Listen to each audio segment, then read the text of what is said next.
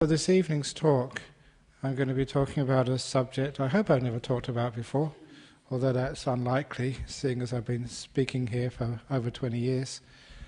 And it's come up in the newspapers recently, and a few people have been discussing this on the email, because apparently just before Easter time there was an atheist conference over in Sydney, and that really upset some people in the churches in Sydney, and because they were talking about atheism, and it affects Buddhism, because is Buddhist an atheistic religion? Does it believe in a God?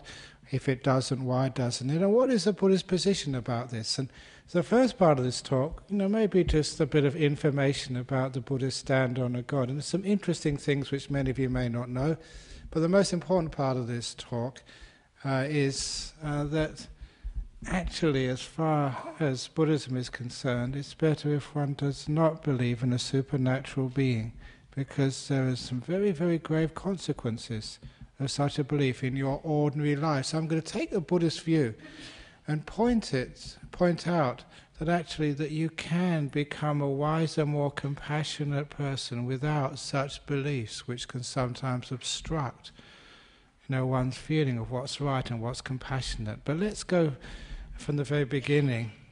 That sometimes people ask, is Buddhism an atheistic religion? What is a Buddhist take on a God? But first of all, just to go to the ancient scriptures, 2,500 years ago, when the Buddha was around, of course he mentioned just the idea of a God, which was very common at that time. And as far as the Buddha was concerned, it wasn't just a theory, but because of these great powers which you can get through meditation, you understand just how this universe works and just how sort of a God can come into being. But the idea of like what we call like a creator God, in other words, someone who starts this universe going, was something which was just not really sort of important for Buddhism, because as far as people who could meditate were concerned, by developing the mind in such powerful states of mind, not only you can recollect past lives, but not one, but many.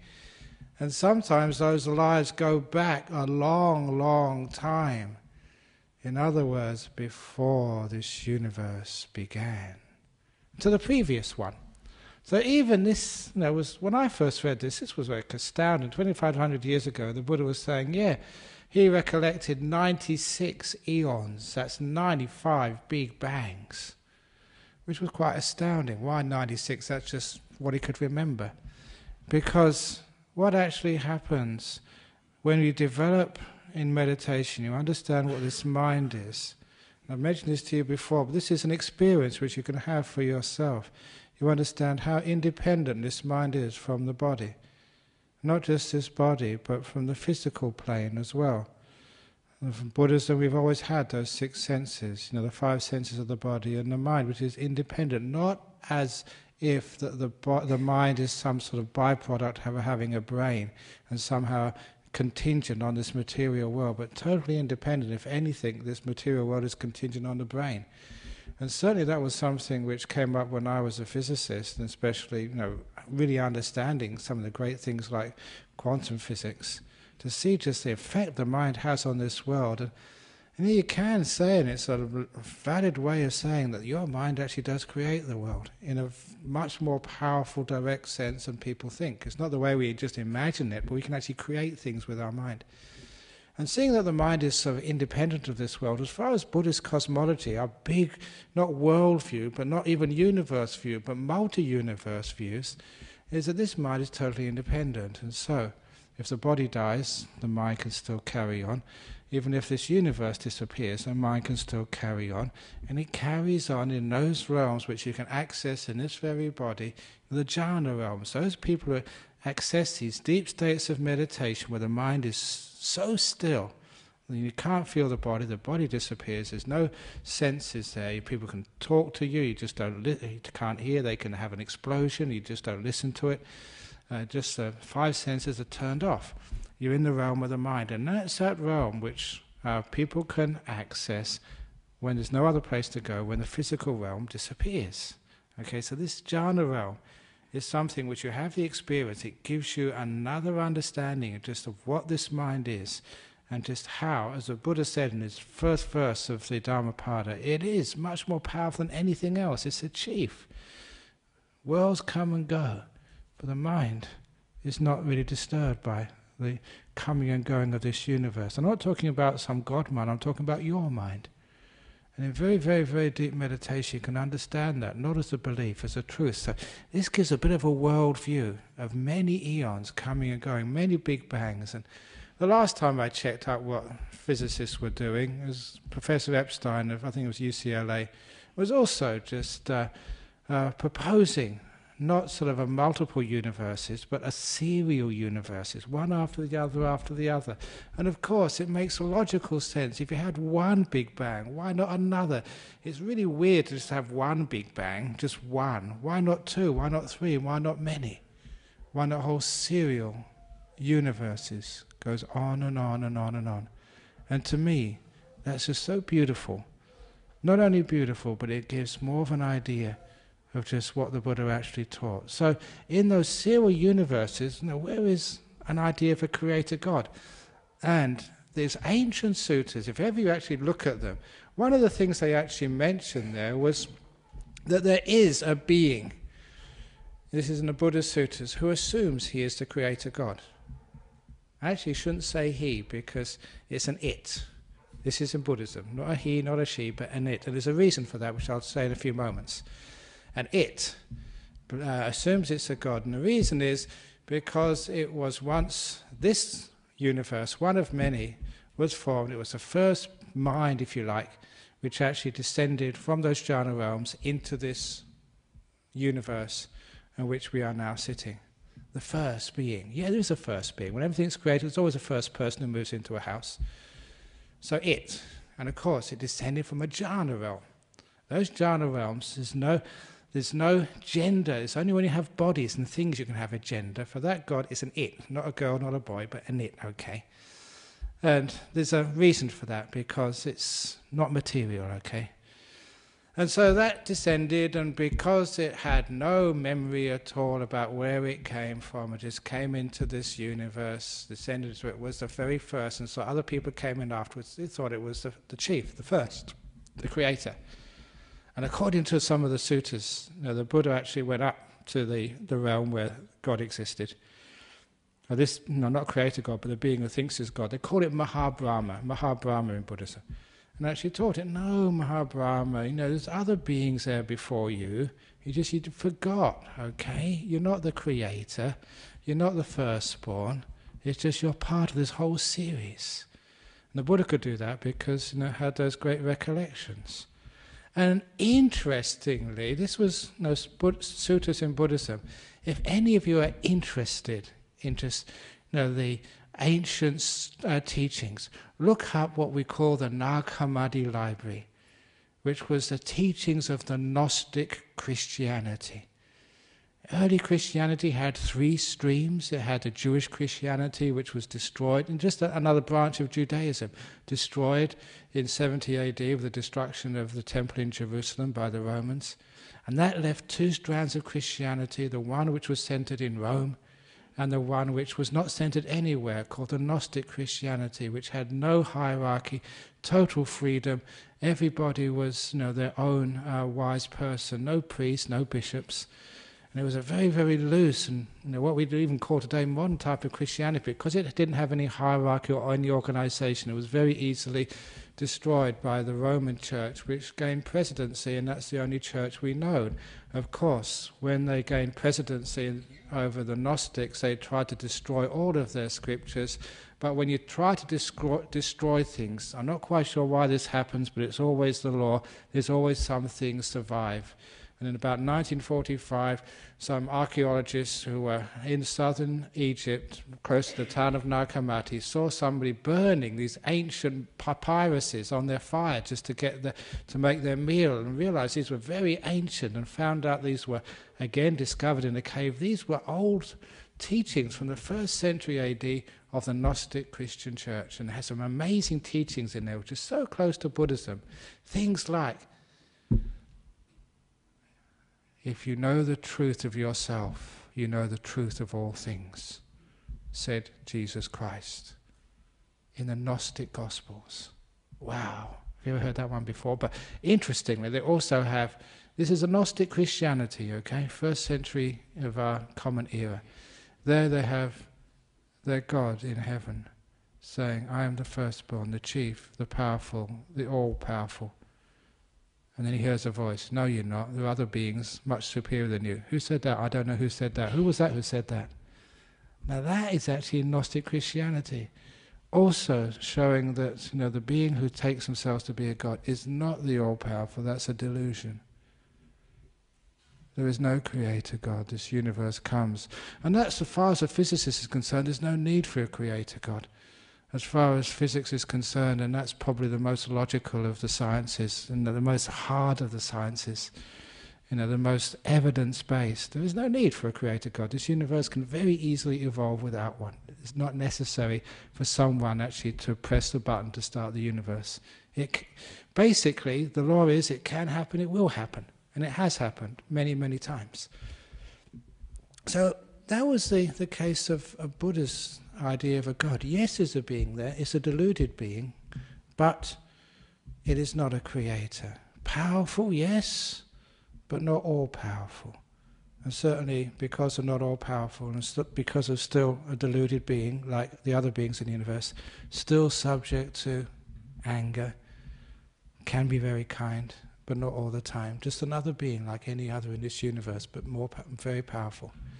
And the nice thing about that is that it shows that all the beings in this universe, doesn't matter where they're born, they're all basically similar in their sense of when they have an ego or self, we get angry sometimes, we're sometimes kind, just like you and me. So it's an ordinary being in this universe. And that was actually the position of Buddhism with a God. So we always call it a God with a small g, not a creator God, not an all-powerful God.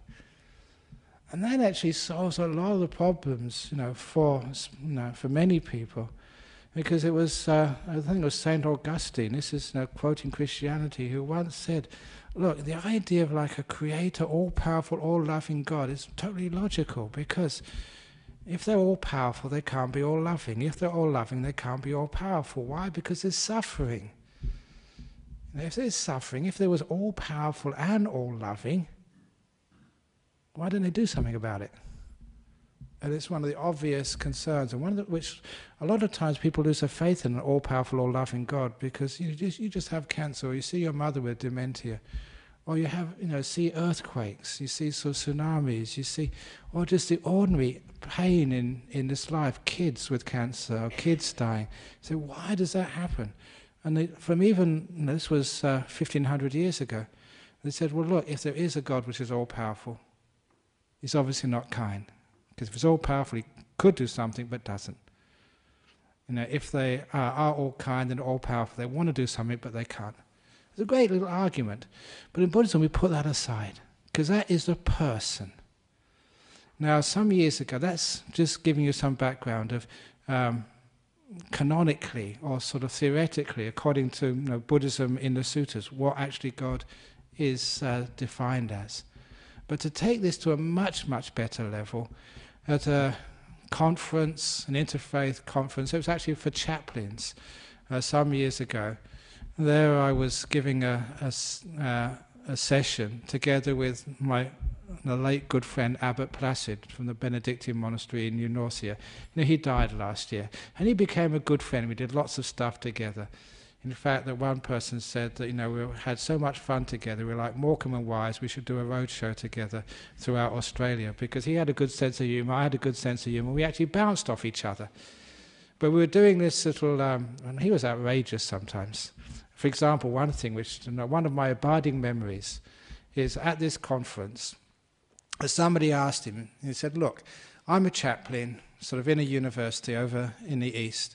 He said, it's so easy, he said, as a Christian chaplain to work with other Christians, with the Buddhists, with the Muslims, with the Jews, with the Hindus, but the people we find it so hard to deal with is the evangelical Christians, the born-agains. And he said to Abbot Placid, can you give me some advice on what to do with the evangelical Christians? and without missing a beat, Abbot Placid, a Benedictine Catholic abbot, said, "Take them out." And it was the way he said it, just people burst out laughing. Here's an abbot saying, "Take them out." And I said, "What do you mean, to kill them?" He said, no, take them out one by one. Take them outside by themselves and talk to them one by one. Because when they're in a group, they support each other and it's hopeless. Individually, you can actually get through to them. But the same person, I think it was actually the fellow who's quite well known, Frank Brennan. I think he's quite a sort of famous sort of, I think he's a Jesuit, I think it's based over east. And he asked me this question just afterwards. He said, "What's the Buddhist idea of a God?"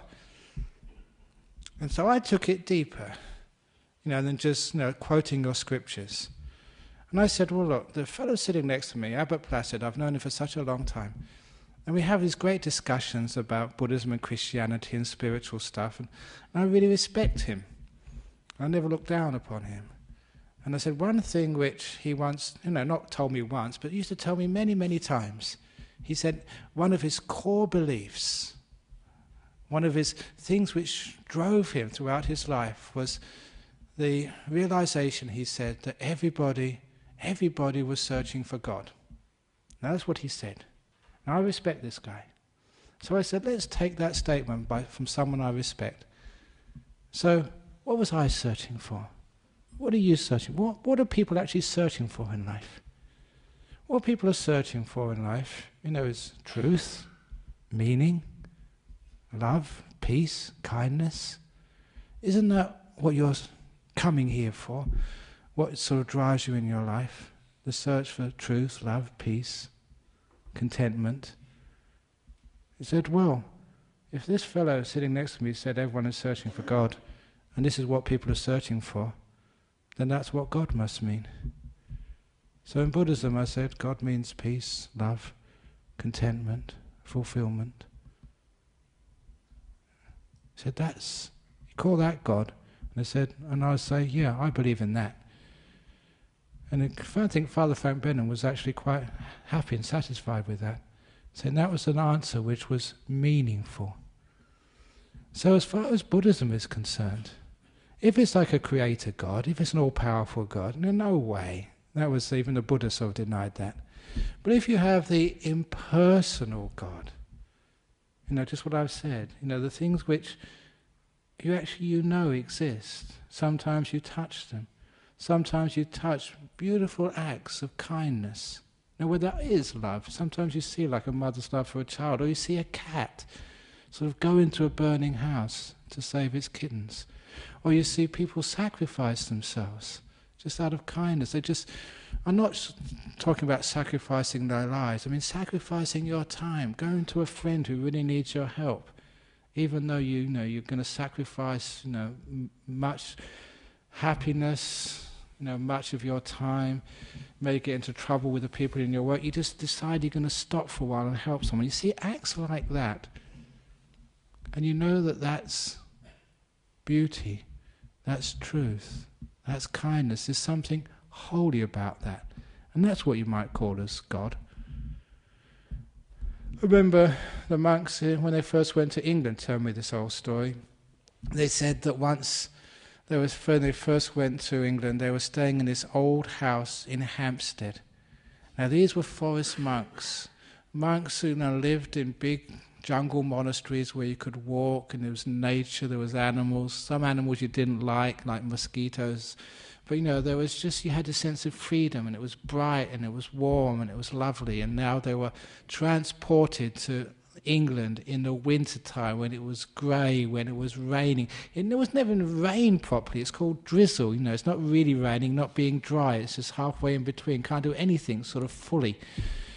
And just everything was so grey and dull in that place. I'm not going to tell the old grey joke, I've told that too many times, but everything is grey and boring and dull and depressing. And one of the monks was looking through the window one morning, feeling very sort of homesick for the jungles and brightness of Thailand. And he saw, just in the early morning drizzle, cold, he saw a homeless man who was hunched in a doorway, trying to escape the worst of the cold and the rain. And I used to know those people. These are people who would overcome the cold of the night by taking the cheapest form of alcohol, which was methylated spirits, wood spirits in the United States. It ruins your health, it kills your liver, but I know many people like that, the meth drinkers, and they stank. And he saw that morning this English gentleman, traditional, apparently you don't have this anymore, bowler hat, furled umbrella, nice suit and an overcoat, going to work in the city. The sort of person you used to see on the movies a long time ago. Apparently they don't exist anymore. But well-dressed, well-groomed, on his way to work. And he saw this gentleman in his very clean clothes stop at that doorway and just bend over to that homeless man who'd been out all night. He couldn't hear what was said, but he saw next this man in his beautiful suit put his arm around that homeless man, that stinky, dirty man, and gently pick him up and take him to a cafe to get some breakfast. And he said that in that moment, the greyness and the coldness and the dullness of London just vanished. It was beautiful. He saw an act which uplifted him, an act of kindness and care, because that man would have the smell on his clothes as he went to work. He'd probably be late, but he said, it doesn't matter what my boss says. There was a person who needed some kindness, needed some food, needed a friend. It doesn't matter if I'm late, it doesn't matter if I kept the smell on my clothes, it can be washed off later. It was worth doing, an act of kindness. Now you can call that God, if you like. You can call that an act of beauty. And then I can say, yeah, I believe in that. And that's, if you like, the God of the Buddhists. Not a sort of a person, but a principle. This very beautiful thing, which then we can say, yes, we can worship that. And that's something which is actually practical. Because you find if you just worship a being up in the sky, there are consequences which are quite negative to your life. If anybody is interested, I remember Ajahn Sujata sent me this article many years ago. There was a sociologist in the United States called Gregory Paul, who used publicly available data, for the United States and Europe, and Canada as well. Because he could actually find out the number of God believers in a sort of little jurisdiction. And that was easily available. Also can find out the murder rate, the number of suicides, abortions, rapes, robberies in that area too. He wanted to correlate to see, and divorces were there as well, to see these indicators of social malaise, and also to correlate them with how many people believed in God. I'm talking about the Creator God. And he actually found a negative correlation, much to the annoyance of many of the churchgoers, especially the leaders, that the more people believed in a God, the higher the incidence of divorces, child pregnancies, abortions, rapes, murders. Totally against just what people say.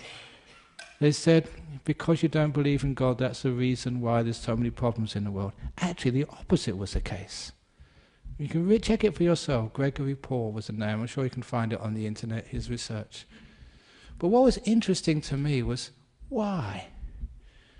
Why is it the case that if a person believes in an all-powerful Creator God, why does that actually lessen one's ethical standards? And as a Buddhist, as a meditator, as a person who's been in this business a long time, I understand exactly why. It's because when you give responsibility for your actions to some higher power, it means you're not taking that responsibility yourself. You're leaving it for somebody else to pick up the mess after you. And as Buddhists, we don't have that at all. Of maybe all the religions, we take the most responsibility for ourselves and our actions. And that's what the law of karma does. It puts it right back on us. And we just can't get someone else to say, please up there, forgive me. Please up there, I can go to church and I can give all the donations and that's all I need to go to heaven. I don't know if you've heard this story, but there was a person who he went to church every Sunday and he gave donations. He even kept the 10 Commandments, and when he died he went up to heaven and he saw God. And he thought that Jesus would be sitting next to God. And who did he see sitting next to God? A cleaning lady with a mop and a bucket and a duster. He said, what's it? I thought Jesus was going to sit next to God. And the person said, no, didn't we tell you? Cleanliness is next to godliness. That's today's joke. Cleaning lady next to God, cleanliness next to... Okay.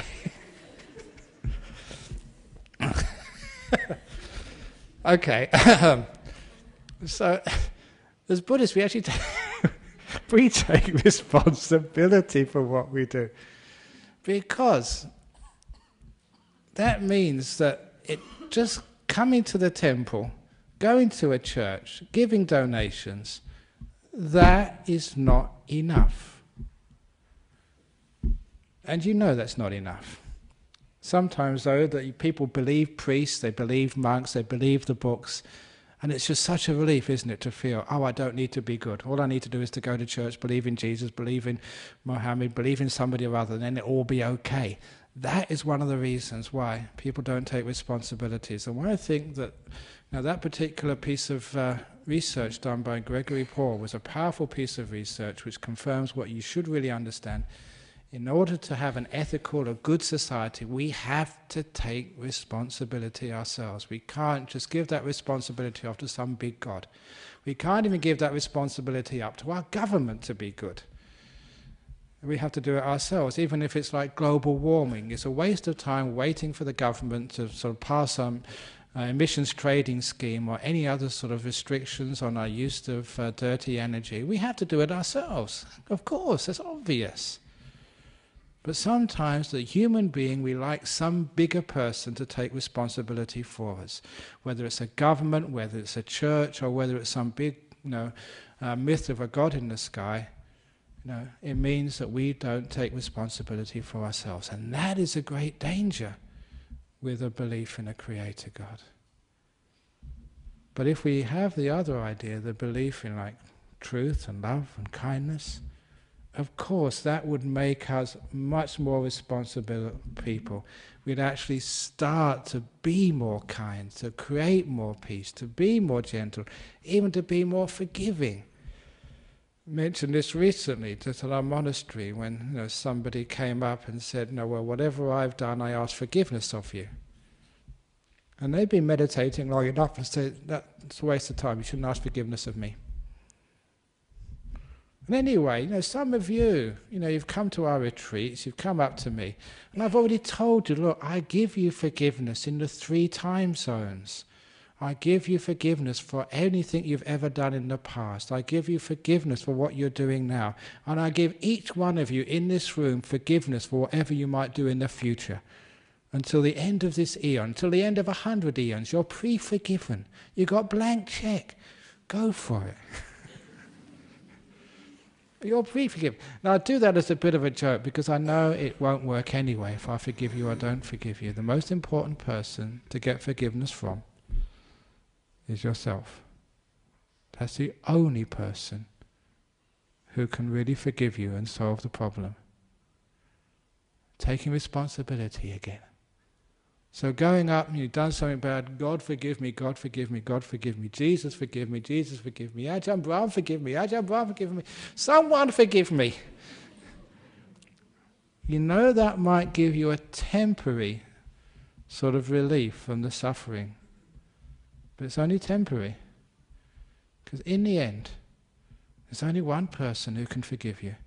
There's only one person can free you, and that's yourself.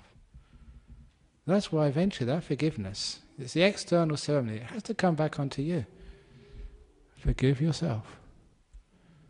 To say, whatever I've done, by body, speech or mind, whatever it is that I've done, intentional or unintentional, deliberate or just an accident, I forgive me. That's holy. That gives incredible sense of peace and freedom. And also, as I keep on saying, that means you do not do the same thing again. The blank check, once it's given to you, is never written on. It's not, oh yeah, he's here this evening. Once, a few months ago, I gave this talk on generosity. And I said that one of the most wonderful acts of generosity is, wouldn't it be wonderful if a person, because sometimes you give things expecting something back in return, as I said last week about the real giving. Sometimes one person actually, I said on one talk, even actually not even saying how much you're going to give, let me decide, give me a blank check. And one person who's sitting here today gave me a blank check, signed, and I could put whatever amount I wanted on it. He said, put whatever you want on it, the blank check. Isn't that wonderful? And of course, you know what I did. I kept it for a couple of months, and then I gave it back to him. And said, you can put whatever you like on it, not me.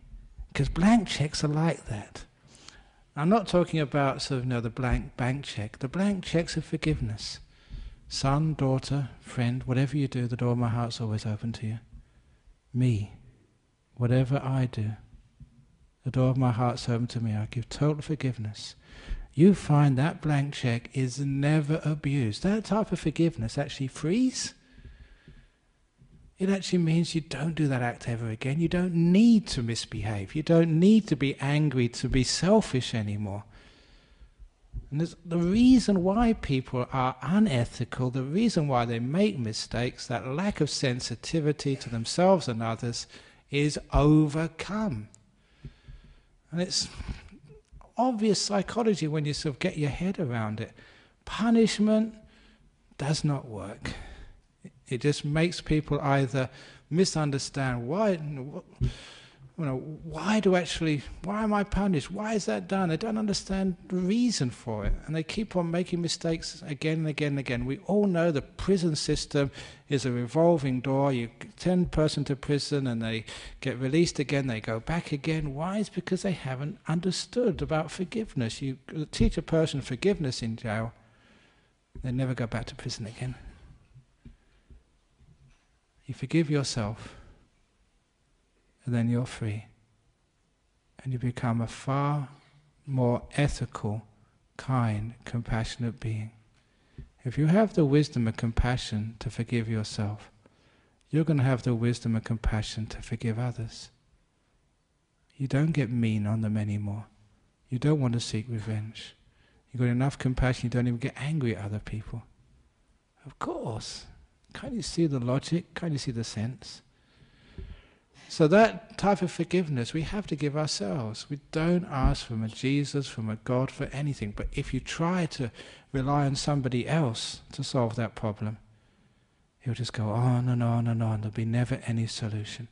So one of the important things of pushing aside the reliance on another being is one learns that self-reliance, but not even just the self-reliance in one's ethics, even the self-reliance on one's wisdom. One of the biggest problems with a God, especially a creator God, means what a creator God means infallible, which means whatever they say must be the truth. And so we have all these books and all these teachings, maybe a book, it may be some teaching. Have you ever gone to these channelers? These people who channel these supernatural beings. Okay, there's maybe actually channeling some being somewhere in the universe, but it doesn't mean that what that being says is absolute truth and can be relied upon. Just because you can see this in a trance, it doesn't mean that it's not rubbish. So tell anybody just whatever is written in a book, whatever comes from a person in a trance, whatever comes from any other person, don't just believe it because it's supernatural. I remember another story. Here comes another joke. About this person, and he channeled this powerful being. And this powerful being gave him all this advice. And the guy said, well, look, it's nice having advice, but what I really want is some cash. Okay, said this powerful being, go to the casino. So he went to the casino. And the powerful being said, go to the roulette table. So he went to the roulette table. And this being said, he could hear it in his ears, just channeling it. He said, put $10 on number 19. And the wheel went around, and the ball sat on number 19.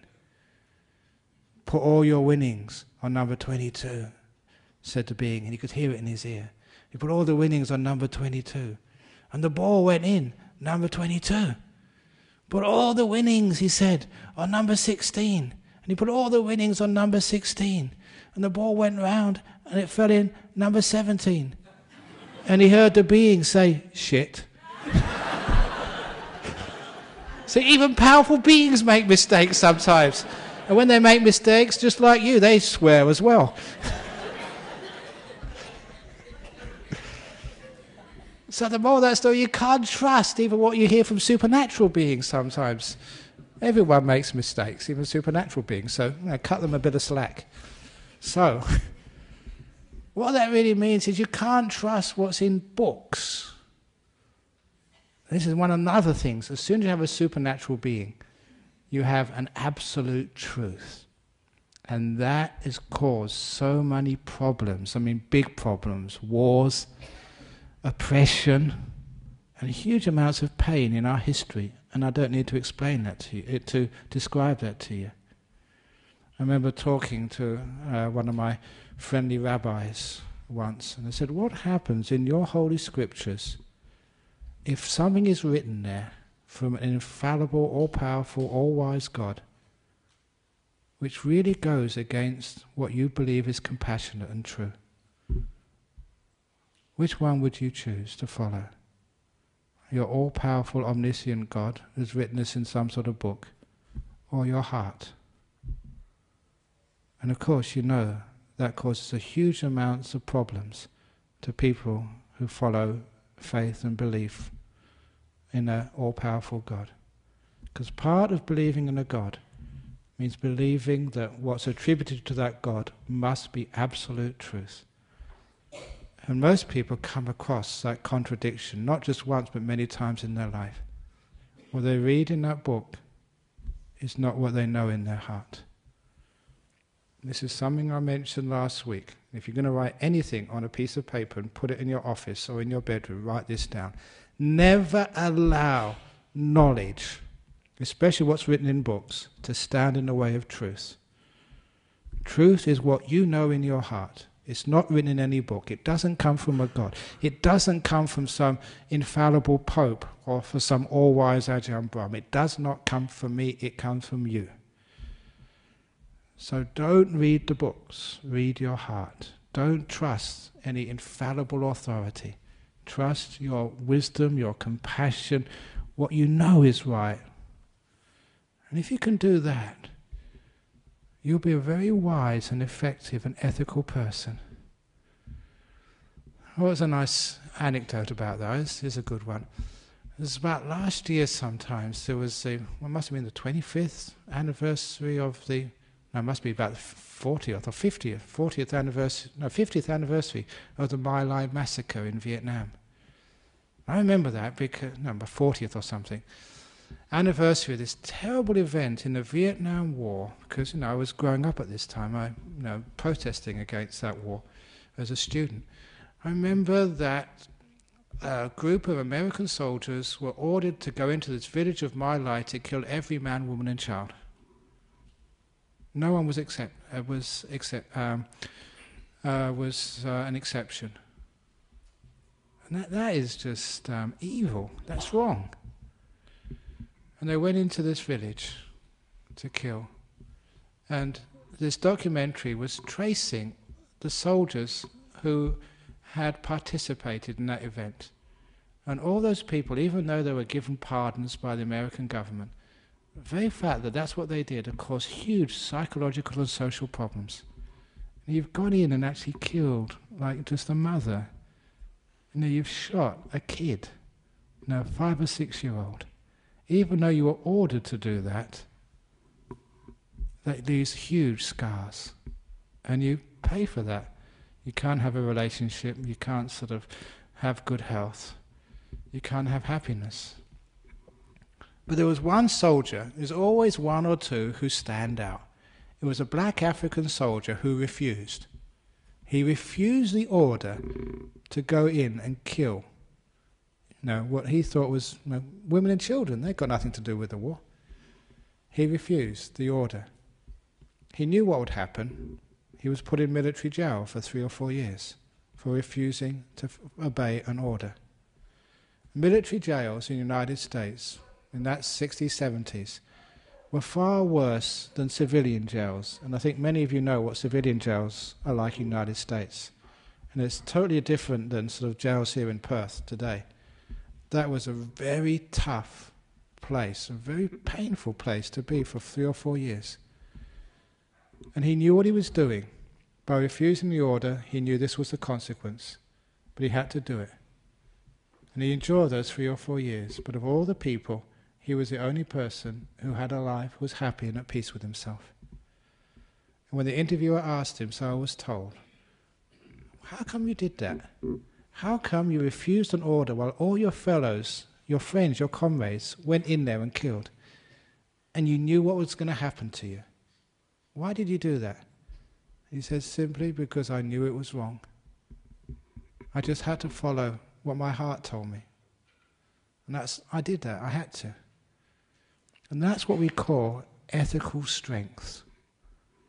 It's not because what the book says. You follow the book and it says you have to follow orders. It's not your fault. It's the colonel's fault or the general's fault. But you know it's your fault. That degree of ethics, you know in your heart what's right and what's wrong. And I mention that to many Buddhists when they give me these ethical dilemmas. Should you have the abortion, euthanasia, or any other ethical problems which you face in life? How are you going to solve those dilemmas? What choice are you going to make? Or rather, how do you make that choice? Please don't look at the books. Please don't ask me. Don't try and find some authority somewhere to give you that answer. Look in your heart. Ask yourself that question. This is where that truth lies. But if you believe in an authority, in a God, you're going to make some terrible decisions.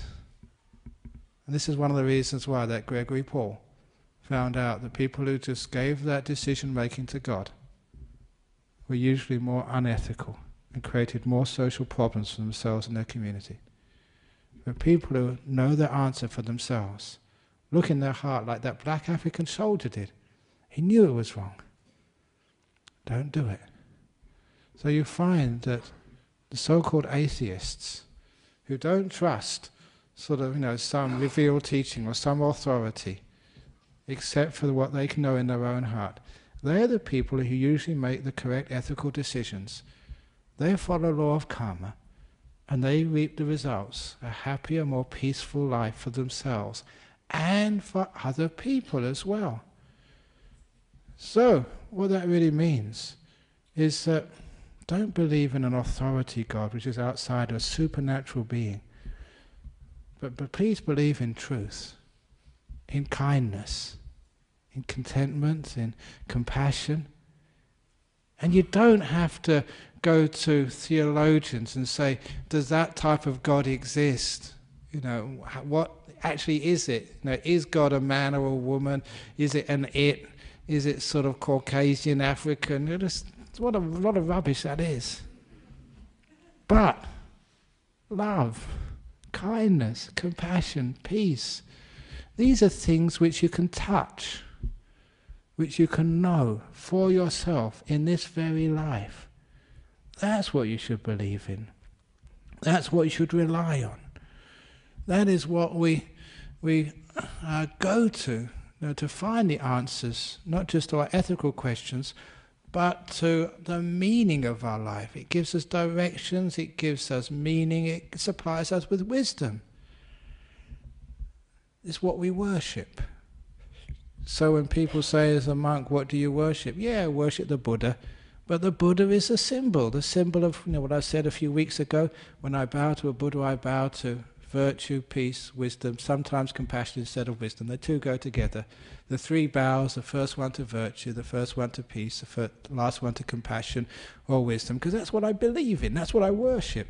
So every time I remember that, I actually increase my virtue, I increase my peace, I increase my compassion and wisdom, because that's what happens. Every time you remember it, you think of it, it actually grows.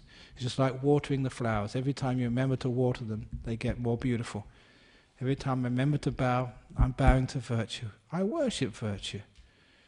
Virtue is the harmlessness, it's the fearlessness.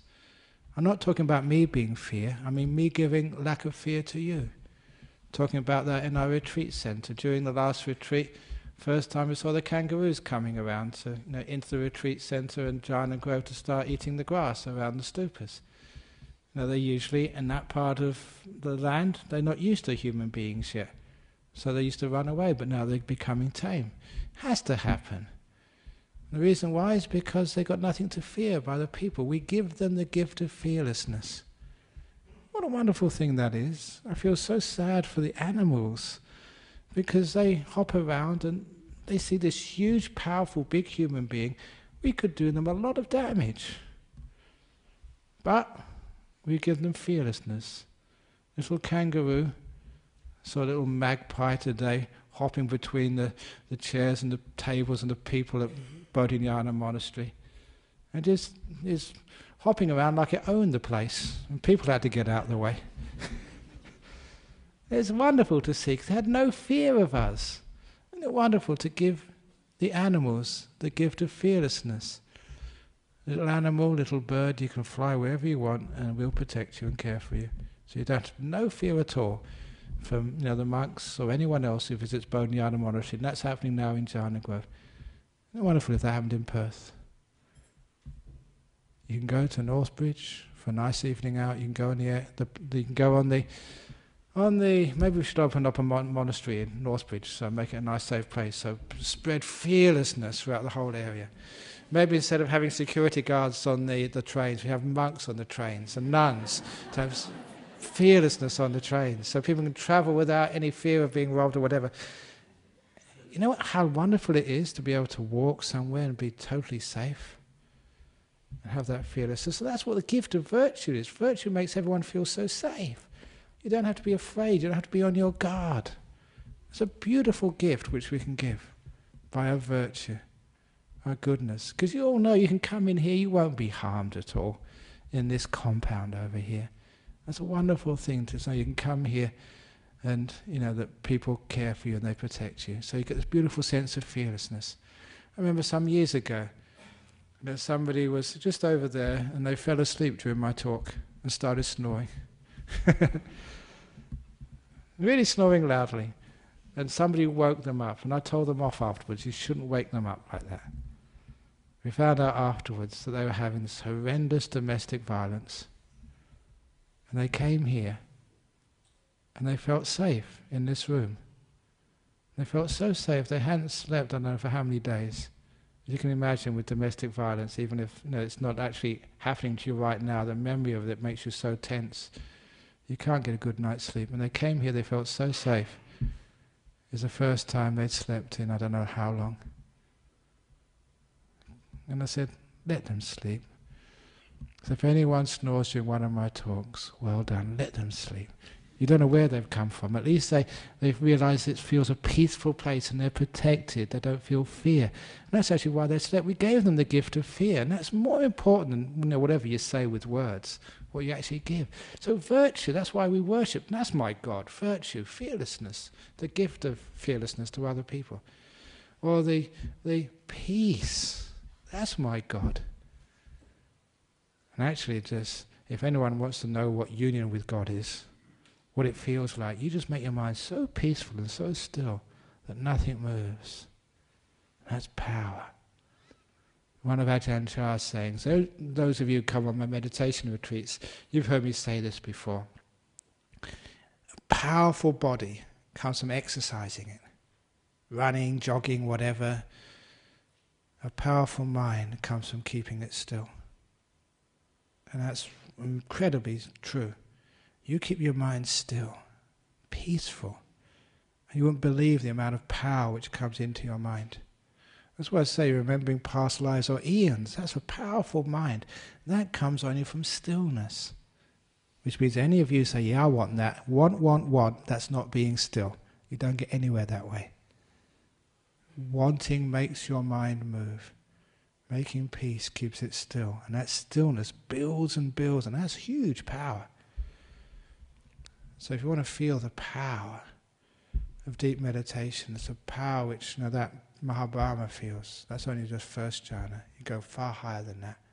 But at least you get a taste of what it's like to be God. And all those Christian mystics who had union with God know exactly what that is. That's a first jhana experience. Stillness, powerful, you've disappeared. Your sense of self is gone. And this deep meditation, incredible bliss and power. And that's exactly what union with. I told people in the meditation retreat down at Serpentine last week. He said, look, some of you who did get jhanas, you chose the wrong religion, because if you were a Christian, you'd be a saint by now. And they'd name a hospital after you. But because you're a Buddhist, it's just first jhana, nothing much at all. But that's actually the experience which people have, this union with the powerful, which is the deep meditations. And that's what these Christian mystics were up to. But they called it union with God. So you can actually feel what that union with that Christian idea of God feels like. Incredible, powerful love, bliss, oneness. And that's a meditation experience. So, yeah, we understand what that is. That's actually even said in one of the Christian Psalms. Be still and know that thou art God. That's in the Bible, in Psalms somewhere. I don't know where, but somewhere in Psalms. Be still. I remember asking a Catholic priest that, and he couldn't find it. He got very embarrassed. I said, look, it doesn't matter. You can make mistakes. You don't have to be shown up by a Buddhist monk. I don't mind if you can't find it. So it's all right. So be still.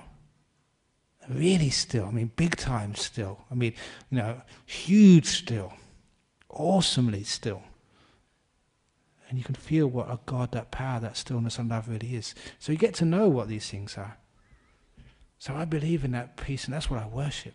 And of course, the greatest one of all, wisdom and compassion. They all go together, because kindness is an obvious thing to do. It's wise. Forgiveness is part of compassion. Compassion and forgiveness are all part of wisdom. So to me, that's my God. That's what I believe in. That's what I worship. And that's what my friend Abbot Placid was confirming. What people are searching for in life. That is God. And what people are searching for? Peace, truth, love, freedom. I'm talking about real love. The ability to love yourself so much that you forgive everything. And you're totally at peace with yourself. Same way that a mother loves her child. Without criticism, without judgment, totally being at peace and accepting oneself for who you are. Not trying to be someone, not trying to put on some face. Just being you. Happy, at peace, uncritical, unjudgmental, love. So that's what we worship. So that, to me, is what God is. So is Buddhism atheist? Stupid question. Depends what you mean by that God. The God I just finished with has said, yeah, I believe in that. So we believe in something. But it's not supernatural. Supernatural is something you just can't touch, you just can't reach. It's beyond nature. This is something which is natural, which is real, which anyone here can actually touch. Each one of you have touched a little bit of it. In Buddhism, we ask you to touch it more, to come closer to that, to make it grow, until it's just totally you. That you are peace, you are compassion, you are wisdom, you are truth. And that's what we mean by becoming enlightened. So this is what we believe in as Buddhists. So not the sense of a God up in the sky to be praised, to be worshipped and to be sort of asked for help. But truth, compassion, kindness, wisdom, virtue, which is right there in your heart, just need to tap into it. Not asking other people, for yourself. Self-responsibility. And you can understand why. That those people who follow this path are more likely to be ethical, kinder, and have more love. Which is why I think Buddhism is growing. Because it works. So that's a talk for this evening. Buddhism and atheism. So, has anyone got any comments or questions about this evening's little talk on atheistic Buddhism or God-believing Buddhism? And I do apologise for the joke. The view. Okay. I can't see any questions. Yeah, Eddie.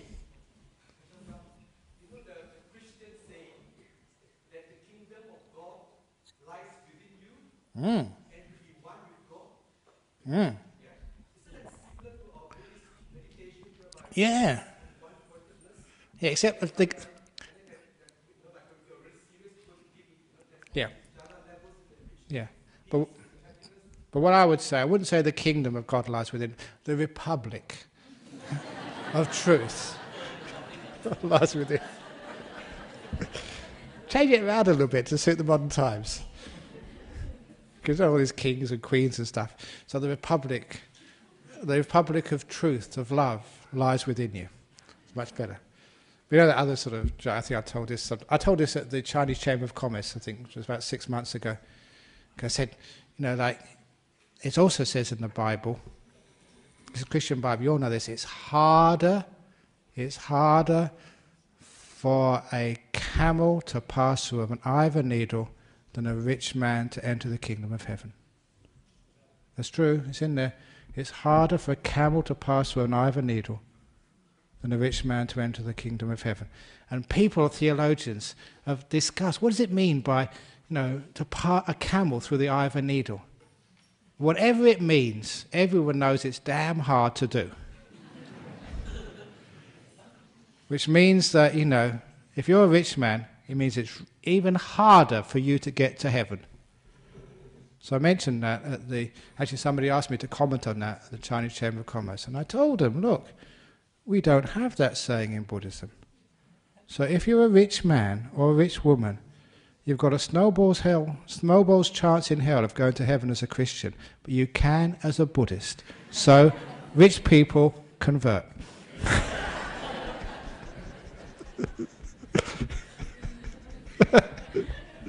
It was a good line because in the WA Chinese Chamber of Commerce, there were lots of rich people there.